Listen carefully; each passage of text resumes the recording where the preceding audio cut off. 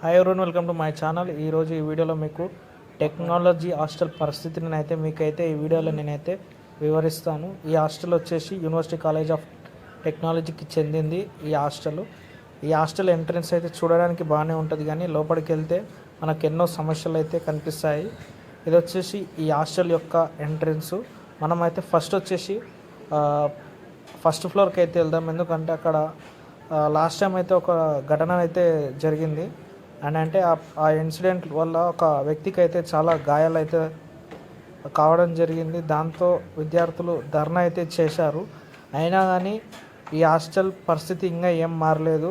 ఈ హాస్టల్కి drainage system problem ఉంది, అలాగే బాత్రూమ్స్ని అలాగే మొత్తంని రినోవేషన్ అయితే చేయాలి. ఇదైతే చాలా దారుణ పరిస్థితుల్లో అయితే ప్రస్తుతం అయితే ఈ హాస్టల్ అయితే ఉంది. అండ్ వైఫై గిట్లా ఏం పనిచేస్తలేదు. ఈ హాస్టళ్లకు కుక్కలు, పిల్లులు అలాగే పాములు అయితే వస్తాయి. అండ్ మనమైతే జాగ్రత్త ఉండాలి. కుక్కలు, పిల్లలతో అంత ప్రాబ్లం లేకున్నా పాములతో అయితే చాలా ప్రాబ్లం అయితే ఉంటుంది. అండ్ ఇక్కడ చూడవచ్చు, నీట్నెస్ లేని ప్రదేశాలకే ఎక్కువగా జంతువులు అయితే రావడం జరుగుతుంది. అండ్ ప్రస్తుతం ఈ హాస్టల్ పరిస్థితి అయితే ఇంత దారుణంగా అయింది. మనం లోపలికి అయితే వెళ్తాం.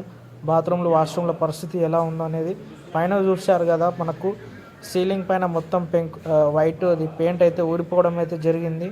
అండ్ అప్పుడు మనకు జరిగిన ఇన్సిడెంట్ ఘటనకైతే మనం ఇక్కడైతే వచ్చేసాము. ఇక్కడనే ఒక విద్యార్థి బాత్రూంలో కూర్చునేటప్పుడు సడన్గా సీలింగ్ వచ్చేసి నెత్తిపైన పడడం అయితే జరిగింది. చాలా గాయాలు అయితే కావడం జరిగింది. విద్యార్థులు అందరూ కలిసి ధర్నా అయితే చేశారు. అది అందరికీ తెలిసిన విషయమే. కానీ ఇంకా ఈ హాస్టల్ పరిస్థితి అయితే ఇంకా ఏం మారలేదు. ఇంత దారుణమైన పరిస్థితుల్లో అయితే ఈ హాస్టల్ అయితే ఉంది. ఈ హాస్టల్లో ఉండడం కన్నా ఆ హాస్టల్ ముందర ఒక టెంట్ వేసుకొని ఉండడం బెస్ట్. అండ్ మనమైతే చూద్దాం ఈ హాస్టల్ ఎంత దారుణమైన పరిస్థితిలో ఉందని. అండ్ మనకు నీట్నెస్ లేకపోతే మనకు అనేక ఆరోగ్య సమస్యలు అనేది మనకైతే వస్తాయి.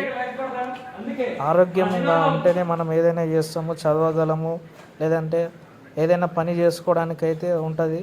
కానీ ఇలాంటి హాస్టల్లో ఉంటే మన హెల్త్ అనేది చెడిపోతుంది.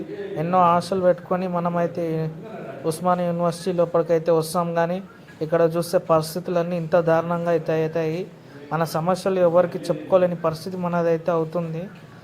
రోజు రోజుకి మన పరిస్థితి అయితే చాలా దిగజారిపోతుంది. ఇది మన ఇక్కడ ఉన్న విద్యార్థులు అయితే ఇన్ని సమస్యలను అయితే ఫేస్ చేస్తున్నారు. వాళ్ళకైతే అవకాశం లేదు. ఫోర్త్ ఇయర్, ఫైనల్ ఇయర్ వచ్చినప్పుడు ఇలాంటి ఒక దారుణమైన హాస్టల్లో అయితే ఉండడం జరుగుతుంది. ఫోర్త్ ఇయర్ వాళ్ళని ఎవరు పట్టించుకోరు, ఎందుకంటే ఫోర్త్ ఇయర్ వాళ్ళు ఒక 7-8 నెలల నుండి పాస్అవుట్ అయితే వెళ్ళిపోతారు. ఇంకా వాళ్ళకు మనం పట్టించుకోకుండా ఏం కాదని కాలేజ్ వాళ్ళు అనుకుంటారు.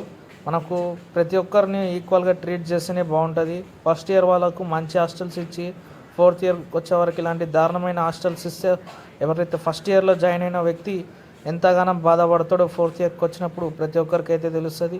ఇది వచ్చేసి మనకు మొత్తం చెత్త, స్క్రాప్ హాస్టల్ అని చెప్పుకోవచ్చు. ఎంత దరిద్రంగా, ఎంత దారుణంగా అయితే ఉంది. అండ్ వీడియో నచ్చితే ఈ హాస్టల్కి మీరే ఒక రేటింగ్ ఇవ్వండి. ఎన్ని టమాటాలు ఇస్తారో మీరే కింద చెప్పండి. అండ్ మనం